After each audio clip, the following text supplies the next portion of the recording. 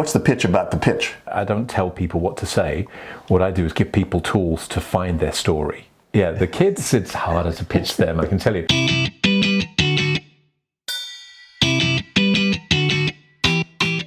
Hi folks, David Allen here with another David, actually, a very good friend in Amsterdam that I met, golly, over 5 years ago. Yeah, David, it's been a while.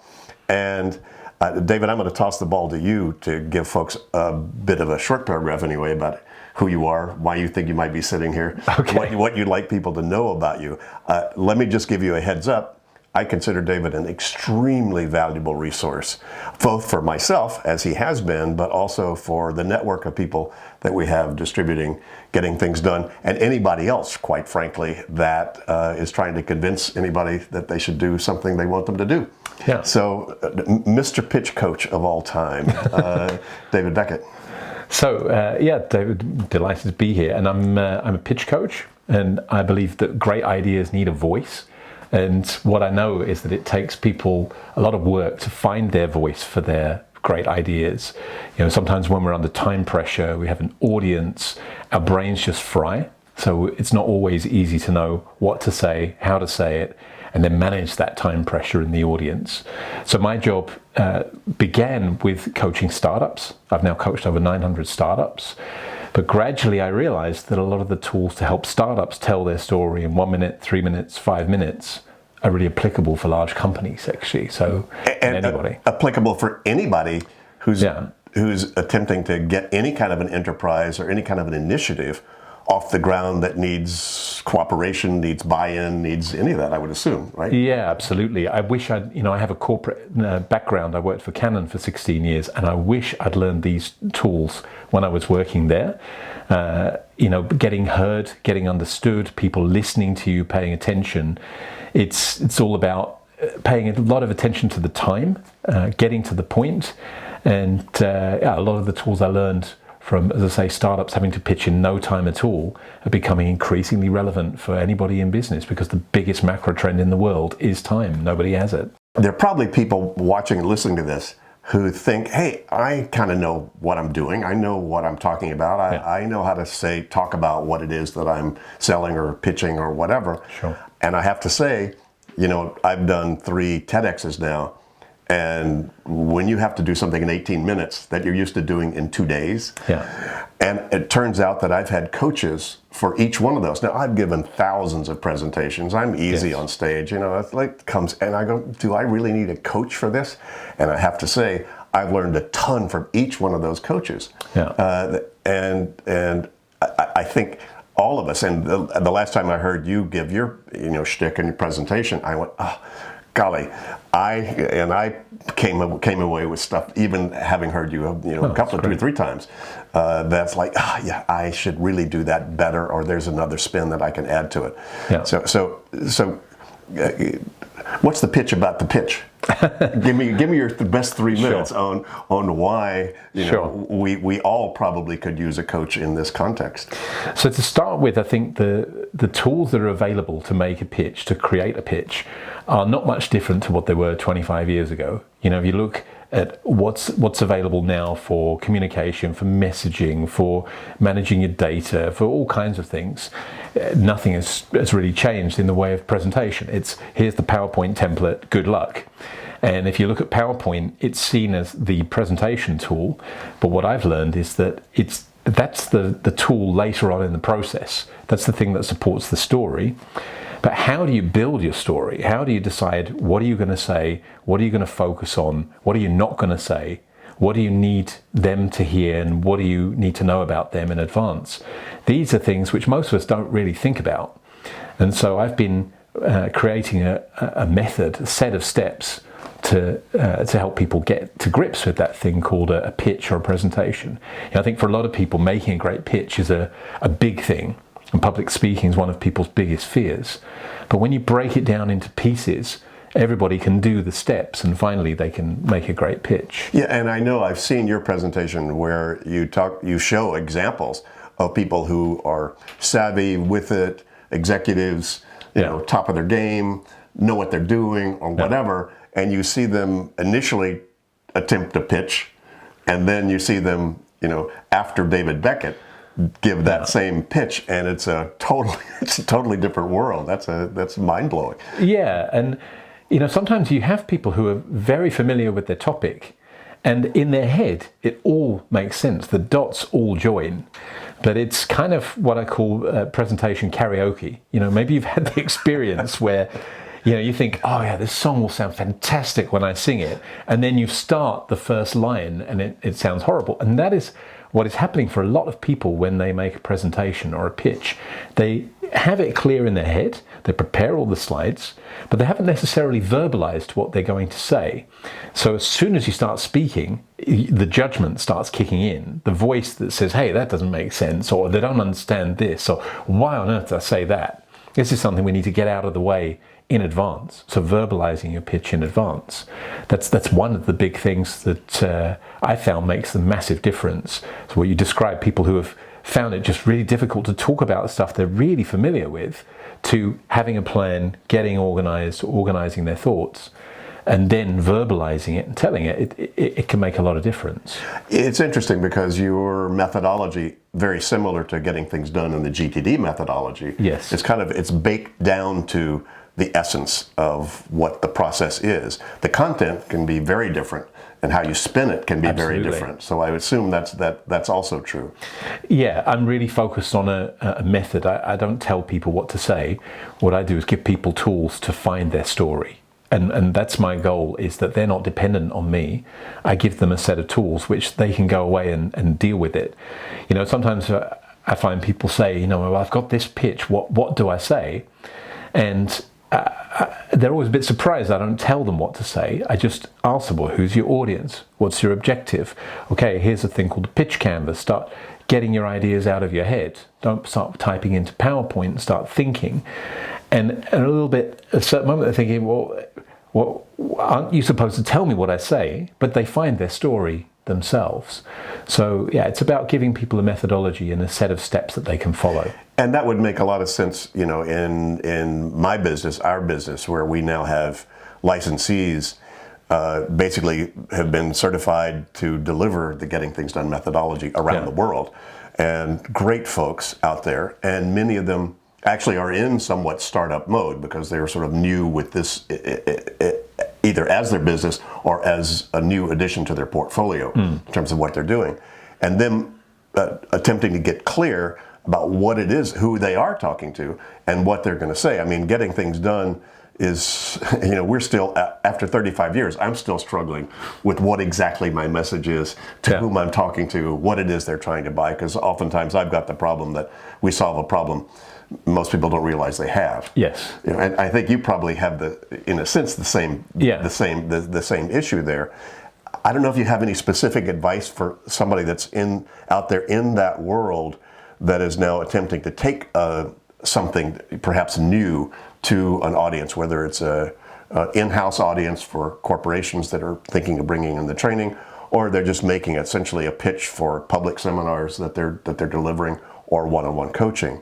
It could be a huge range of things. So I would assume that understanding the methodology, getting that under your belt, would allow you to then tweak it and hone it kind of on the fly based upon different audiences, different contexts, different venues. Absolutely. The task is to tune in firstly to the audience. And what I quite often hear is that people have different types of audiences. Sometimes they have a mixture of audience. So the first thing is to get tuned into, what do they care about? What's their biggest challenges? If you're going to a company, quite often they will have some specific things on their minds which are big issues, and you can normally find that out in just by a quick bit of research. Just as a very quick example, so recently the head of Canon said the camera business will shrink for another 50% in the next 2 years. Now, if you go in there with some bright new idea for this brilliant new camera, and I think we can take a bigger part of the market, it's clearly off strategy. Their goal is to maximize what they've got, not come up with new ideas and so on. So that's an example of a strategy is clear. So anything that you can tune into their strategy and their ideas, that helps. So I think getting into the audience and then it's highly linked to the objective. What do I want these people to do as a next step? And the next step could be something like a meeting, it could be a signature if you've had 4 or 5 meetings. But being clear on what would be the first next step for this audience, connected with a profile of the audience, I think is really the beginning of any pitch. And what that does is take you out of your PowerPoint mind, the mind of let's make the slides, and gets you into the world, into the place where these people live and breathe. And another suggestion I've heard, I'd love your take on it. I don't do it nearly as much as I probably could, but that is to just be aware of current events and tie what you're doing into current events. To your point, that was very specific to the strategy of the company, current events, but just any current event, how your stuff ties to that or might relate to that, or and in that way. Any other tips and tricks? By the way, I know I'm mining you for tips and tricks, and I'm delighted. And your pitch canvas or template is brilliant. So that's a big vote for you folks to go, check out David's template for that, to follow that. Yeah, maybe I can just explain that. So, in fact, the third step, once you've got the audience and the objective clear, so how do you do that? Very briefly, is make a profile, even spending 3 to 5 minutes writing down what you know about the audience, quick bit of check on LinkedIn or online. These are things which get you into their mind. Then the objective, what's the first next step? But the real biggest difference, I think, with my methodology to the current ways of creating a presentation is ideas out of your head. Now, this is not something new for GTDers, but this is very different to creating PowerPoint, to just starting to put your thoughts directly into the software. What I recommend is take Post-its and start brainstorming what are all the things that you could say about this pitch. What could be everything you could talk about? What's the value proposition? What's the problem they're facing? What's the solution you've created, and so on? What's unique about that? Why are you the person to bring this? What kind of characteristics you as a person have? And if you're presenting a team, what kind of qualities do that team have? And I created the pitch canvas to help people with that brainstorming. So the idea is that there's 11 blocks of content, and that guides you through the brainstorming process. Wow. As you're talking, David, I also realized that a lot of people potentially watching this also deliver our trainings, maybe other trainings and other courses and other seminars, and that essentially people need to be pitched on the whole seminar right from the very beginning. Yeah. We've done a pretty good job, I think, of structuring our course materials and our template that our facilitators and trainers use to introduce the material and so forth. But given what you've said, I think there's even more of an intimacy that you can't so much, hardwire, that really needs to be much more informal and much more letting the person themselves, show up with the real people there in that kind of conversation. Does that make sense? Yeah, definitely. Yeah, and I think trying to get the message over to an audience, it is.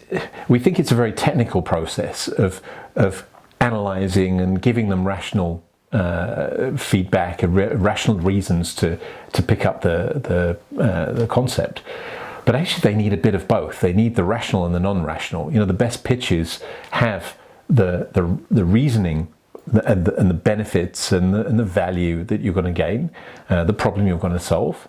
But it's also about tapping into people's feelings about what are they frustrated by, what is driving them nuts, what is it that could be the big benefit, how are they going to feel as a result of the benefits, as well as, of course, business benefits, hard facts.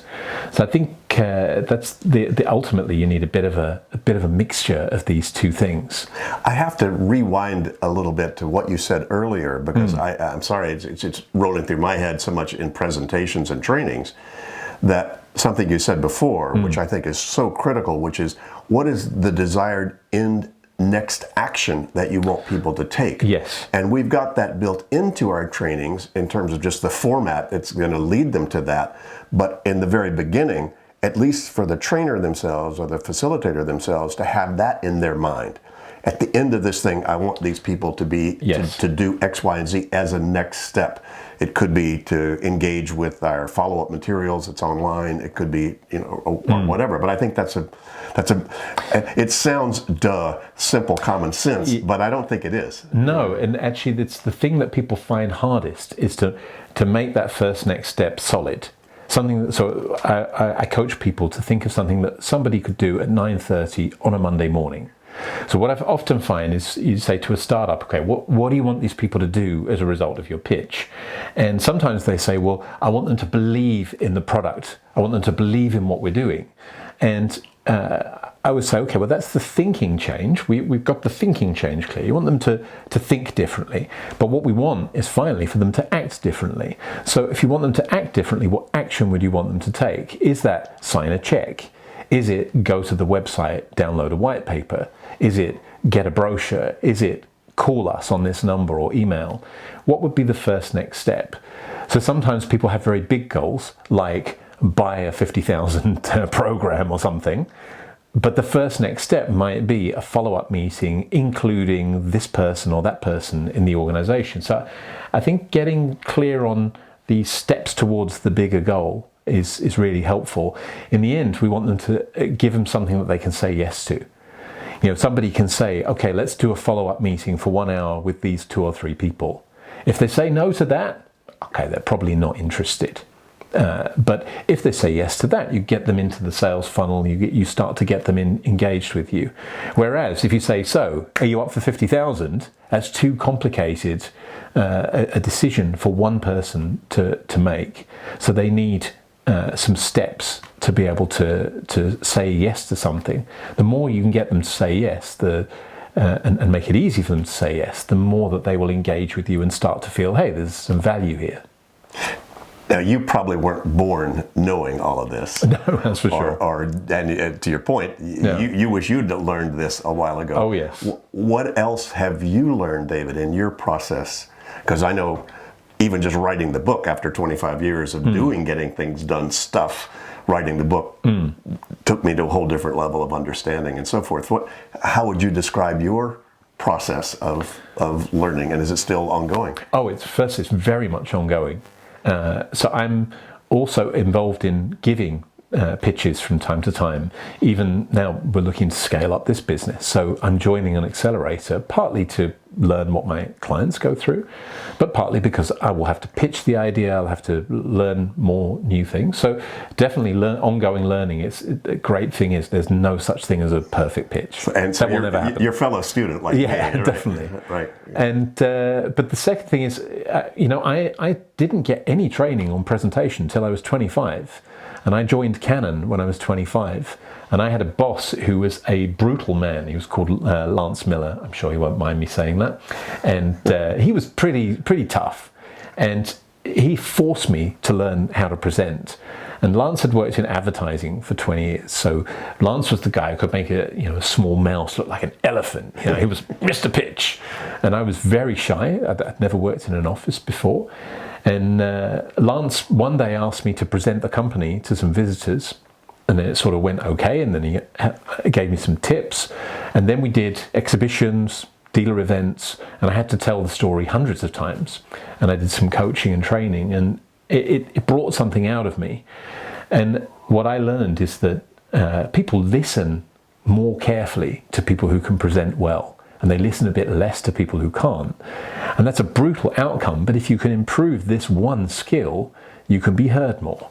And so I really focused on that with a couple of colleagues over the years at Canon. And we went through this process of getting feedback, asking somebody else that you trusted to watch your pitch and give you feedback. And sometimes it was really painful.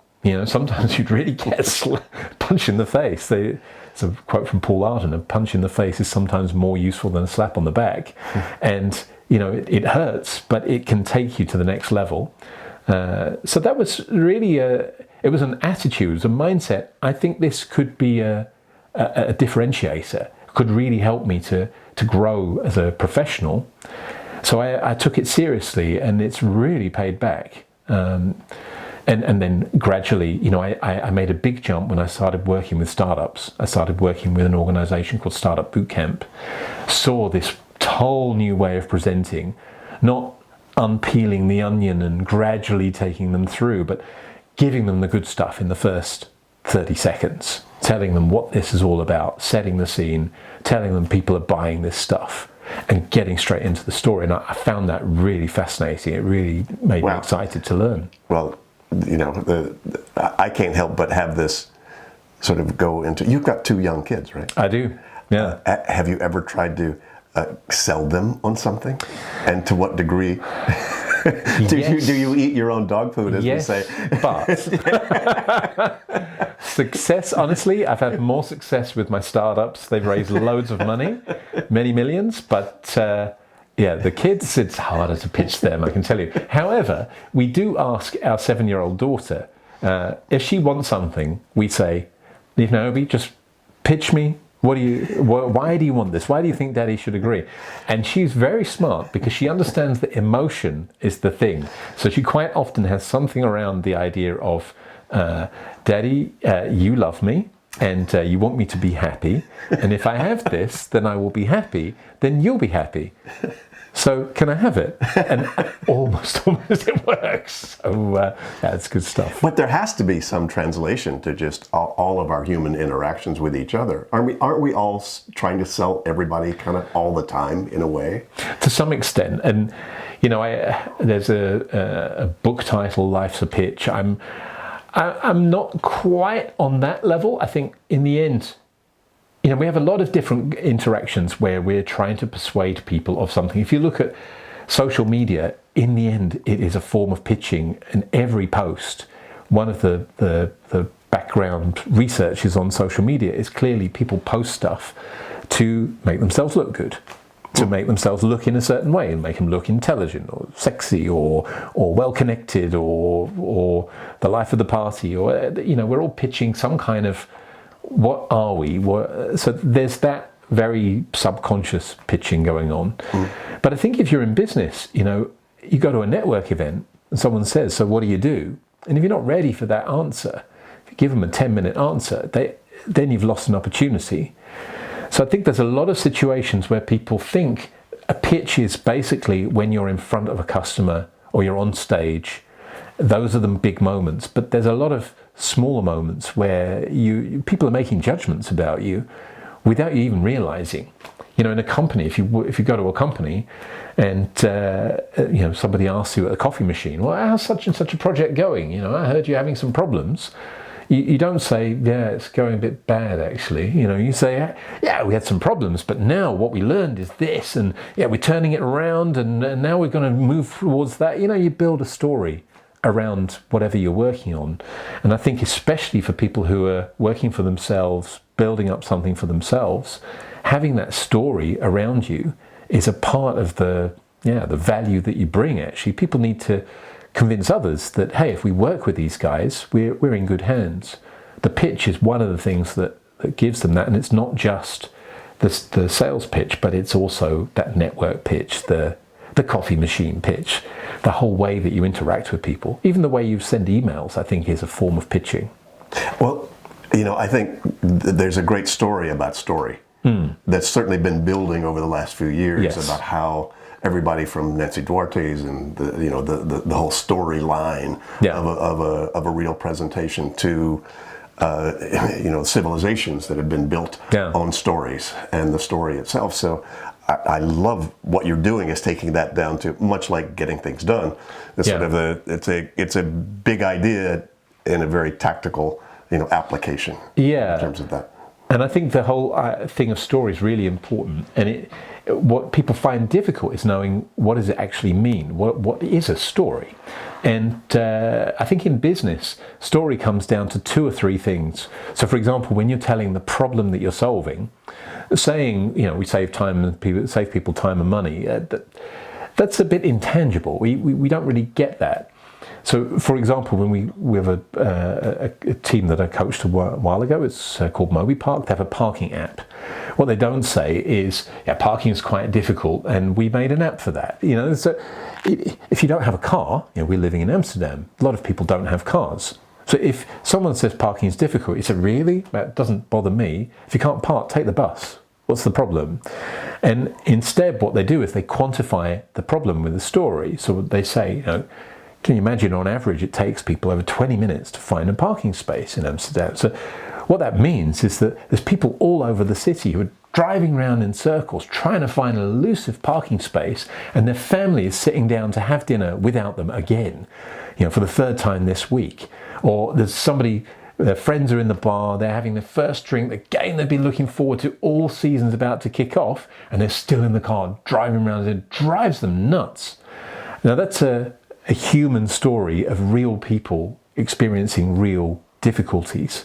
And the more I think you can say, okay, well, let me give you an example. Here's John. John's this kind of person, but what he experiences every day, this is happening, that's happening. He's losing time, he's getting frustrated. These are things that real people experience. So those kind of stories, I think, have a lot of value in business. And then especially your own story. Why do you care about this? Why are you in this game? I think that story is really powerful. So quite often people are stuck with, stories. Should I just tell my personal story? Why would I tell my personal story?